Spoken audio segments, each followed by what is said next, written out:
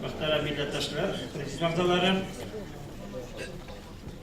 журнал турында сөйлесіп кетудің керектігін барыңызда аңлайсыз.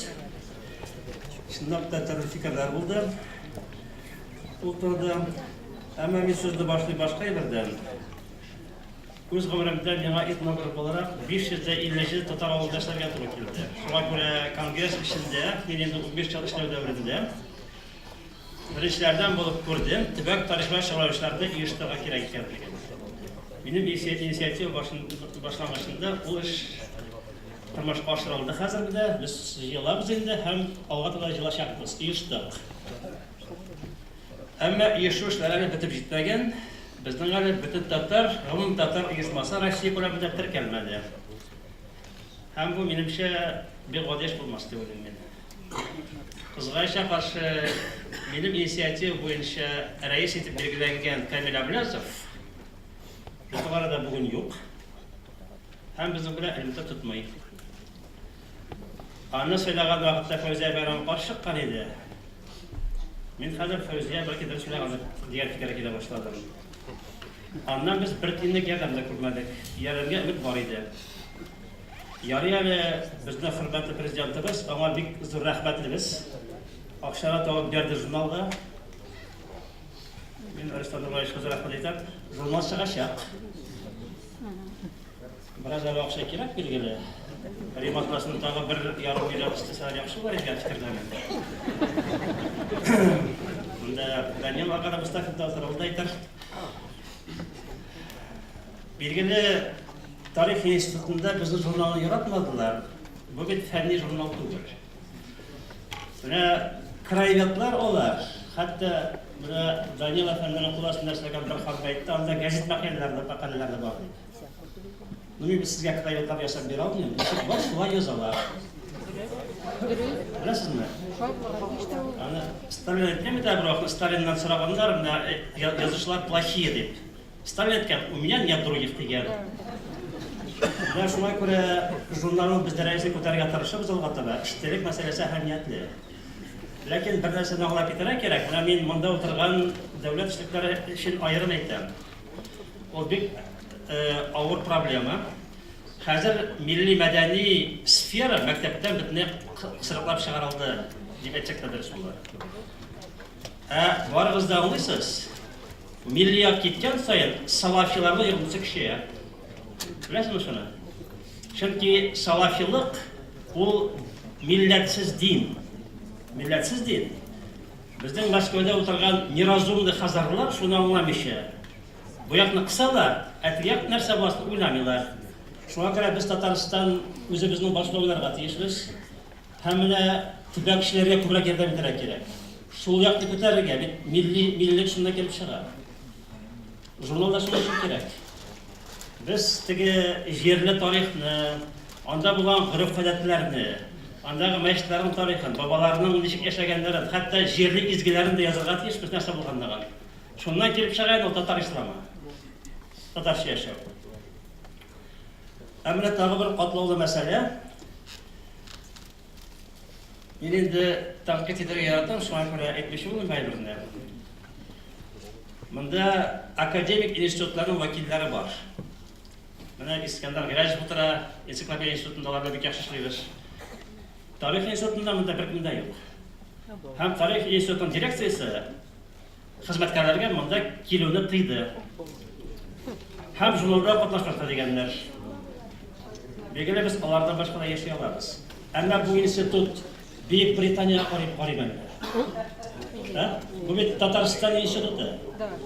Бездә итәкчелек бар, менә шулай бер хәл ителде.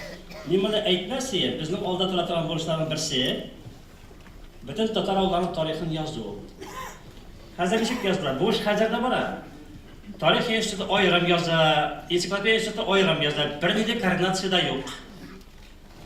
Археология институты гомумән бу эштән читтә тора. Археология институты казыянда бик һәйкәлләрне татар авыллары археологиядан бөтенләй өйрәнелмәгән. Менә Әлбәт Ахмеджанов барып кайта һәм 17 гасыр башында булган татар авылыннан таба Болгар чорында, Алтын Орда чорында, Казан чорында таба. Язма чыраклар буенча аның датасы 10 гасыр башында башланган булып чыга.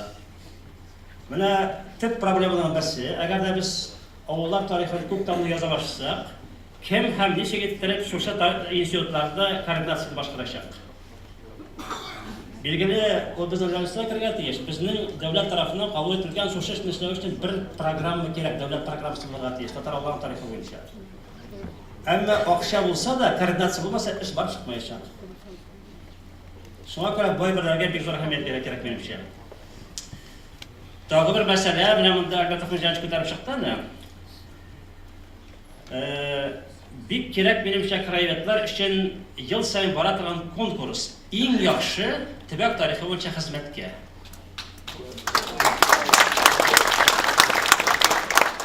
Монда сорар идем, менә дәүләт шикләрдә 5 миллионнан да ким булмасын суммасы. Грант яхшы булырга тиеш, конкурс яшәргә кирәк.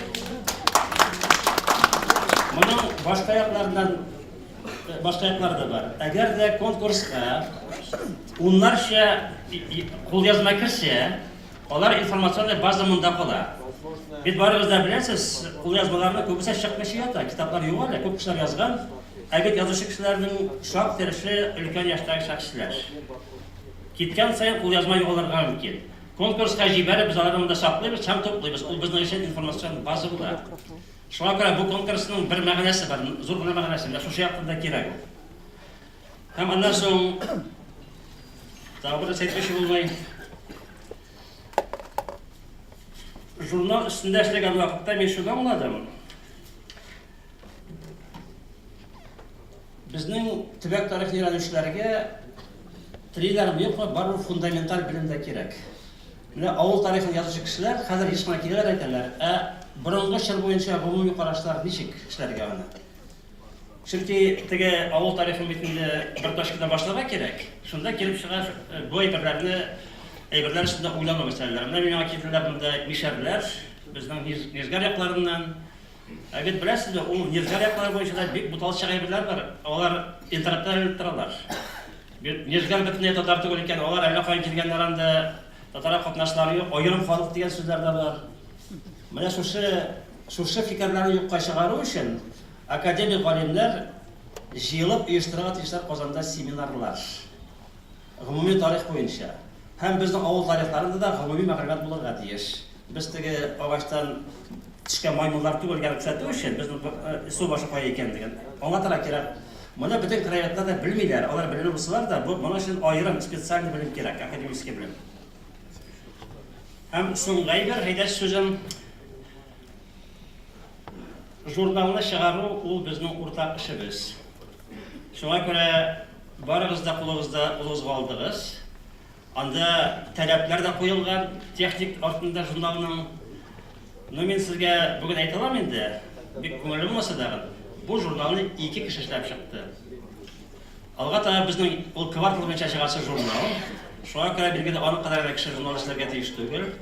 Сездә яктан таләп ителә мәкаләләргә җибәргәндә техник яктан бик яхшы иттереп дөрес башкару. Монда истәбәш булмасын өчен безгә. Һәм билгеле истәлек мәсьәләсенә тәнкыйть карарга кирәк, яхшырак язарга да кирәк.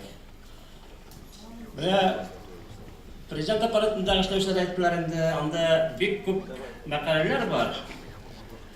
Бик ватан сугыш турында, патриотик тәрбия турында. Бу әйберләр кирәк бит. Менә сез монда залда торган кешеләр беләләр, безнең бит әтиләр, бабайлар барысы сугышларда булганнар, ул безнең башта кискән әйберләр. Безгә колхоз тормышы да кирәк. Ул бит безнең тарихның бер өлеше. Язган вакытта киңрәк уйлап язарга кирәк, бу әйберләр язганда гомуми кыса кертергә тырышабыз. Музейлар турында да күбрәк итеп языгыз, чөнки бәлки сез белеп бетермисездер. Хәзер бит күп кенә авылларда музейлар авыр хәлдә, чөнки мәктәп каршында оештырылган оптимизация вакытында мәктәпләр юкка чыга, музей коллекциялары да юкка чыга шул вакытта. Таралып бетәләр. Аны сагына табып булмый албырларны, алар юкка чыккач. Шуңа күрә музей коллекциялары турында язган вакытта конкрет язарга кирәк. Нәрсәләр бар, нинди кыйммәтле әйберләр бар, моның өчен белгечләр белән киңәшергә кирәк. Күп кенә музейларда бер кем дә белми торган акча тәңкәләр дә бар. Иргән вакытта күргәнем бар. Алар бернинди каталогка кертмәгән әйберләр. Уларны теркәп барырга кирәк. Һәм соңгы әйбер язган вакытта җибәрегез сыйфатлы иллюстрациялар. Менә минем үз вакытында Казым шәһәрендә эшләгәнем бар. Шунда Шакуловлар семьясында, Сара Шакуловлар семьясы ул. Мин күрдем аларның альбомнан беренче кадәр чыккан. Ну, менә әйтәләр, шикарный татарлар рәсемнәре. Бездә кай вакытта рәсемне бирәләр Шабатлы татарларына. Башка татарда булган. Барысында күрсәтергә тиешбез. Әбиләрнең, бабайларның рәсемнәре безнең журналда булырга тиеш. Күрсеннәр.